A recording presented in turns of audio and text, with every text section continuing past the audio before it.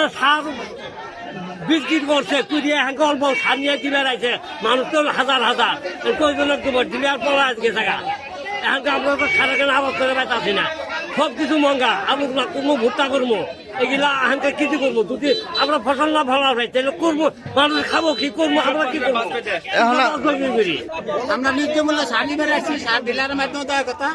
Dealer না দেওয়াতে dealer বলা হয়ে গেছে ডিলারের নাম কি? উমান উনি বলা হয়ে গেছে উনি সার না দিয়ে দিয়েছে এবং বক্সুন্দর গেছি বক্সুন্দর থেকে আমরা ফিরে আসছি যতক্ষণ পর্যন্ত সার না দিচ্ছে ততক্ষণ পর্যন্ত আমরা এই রাস্তা সকাল 8টা বাজে এই এখানে আসি বসে আছি যে ডিলারের মাধ্যমে সার দিব কিন্তু আমরা কাজ কাম ফেলাতে আমরা এখানে আসছি যে ডিলারের মাধ্যমে সার দিব কিন্তু আমরা সকাল থেকে এখানে বসেছি কিন্তু ডিলারে সার দেয় না এখন আবার ডিলার আসছে ওই সার কিন্তু আসে ঠিকই কিন্তু ডিলারের দোকানদারের কাছে সব বিক্রি করে দেয় ওই যে কৃষকের কাছে দেয় না আজ খালি তাল বাহানা করে আজ না কাল না পরশু কিন্তু আজকে আয়া আবার গেছে গা বলে সার নেই ডিলার এখানকার সব পলায় গেছে আমরা সকাল সব কৃষক আয়া এই জায়গার মধ্যে সকাল থেকে আমরা অবস্থান করতেছি কিন্তু কৃষক সার পায় না কিন্তু ডিলারের ঠিকই সার আনে আনিয়া দোকানদারের কাছে বেশি দামে বেচে কিন্তু দোকানদারের আমাদের যদি সার কিনতে হয় 1800 টাকা ব্যাগ কিন্তু আমরা তো এত টাকা নাই কিন্তু আমরা এত টাকা দিয়ে সার কিনবো কিভাবে আমরা সকাল থেকে আমরা এখানে বয়ে দিচ্ছি কাজ কাম ফেলা আজকে অনেক হাজার হাজার কৃষক এখানে বয়ে রয়েছে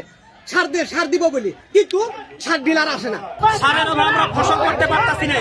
যে কারণে আমরা মহা ক্ষতিগ্রস্তের মধ্যে হয়েছি আর বাজারের দোকানদারের কাছে সার কিনতে গেলে 1800 টাকা ব্যাগ লাগে এই মুহূর্তে আমাদের এরকম টাকা পয়সা নাই ন্যায্য মূল্যের জন্য আজকে নতুন বাজারে সার আইছে কৃষক আইছে কিন্তু এই ডিলার বিভিন্ন তাল বাহানা করে এখান থেকে সে পালিয়ে চলে গেছে এখন আজকের মধ্যে আমাদের সার না হলে আমাদের কৃষি ফসল ধ্বংস হয়ে যাবে যদি আমাদের কৃষি ফসল ধ্বংস হয় নতুন বাজারকে বাংলাদেশও অচল করে দেওয়া হবে আজকের এই যে সিচুয়েশন যেটা এখন আমার বক্সিগঞ্জ উপজেলায় আমাদের সরকার কর্তৃক যথেষ্ট করে সারে বরাদ্দ দেওয়া হয়েছে এখন কৃষক যদি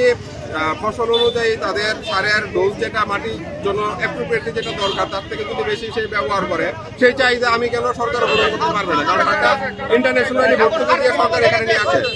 জমিতে অতিরিক্ত সার ব্যবহার করা যাবে না অপচয় করা যাবে না এটাই আমরা বিশ্বাস করি ঠিক আছে আমরা কৃষকদেরকে বলি আপনি মাটি পরীক্ষা করবেন মাটি বলে যে কতটুকু সার আপনার প্রয়োজন ততটুকু সারই আপনি পাবেন এখন কেউ যদি এখানে অবৈধ সুযোগ নেয় যে আমি 1 বস্তা থেকে 5 বস্তা নিয়ে যাচ্ছি আরেকটা কৃষকের সার এসে নিয়ে যাচ্ছে তো এই জন্য এই যে কৃত্রিম সংকটটা বা এখানে অন্য কোনো কেউ উদ্দেশ্য কোনো হাসিল করার জন্য এখানে মক সিস্টেম কারণ আমার সার আছে আমার ডিসেম্বর আবার সার আসবে আমার ডিসেম্বর মাসে একেবারে শুরু হয়ে গেছে আমার আবার নতুন করে বরাদ্দ আসবে সারের চাহিদা সবারটা মিট আপ করা সম্ভব জনদুর্ভোগ তৈরি করে আসলে এই জিনিসগুলো করা সম্ভব উচিত না তবে আমরা যাদের আজকে সারের জন্য এখানে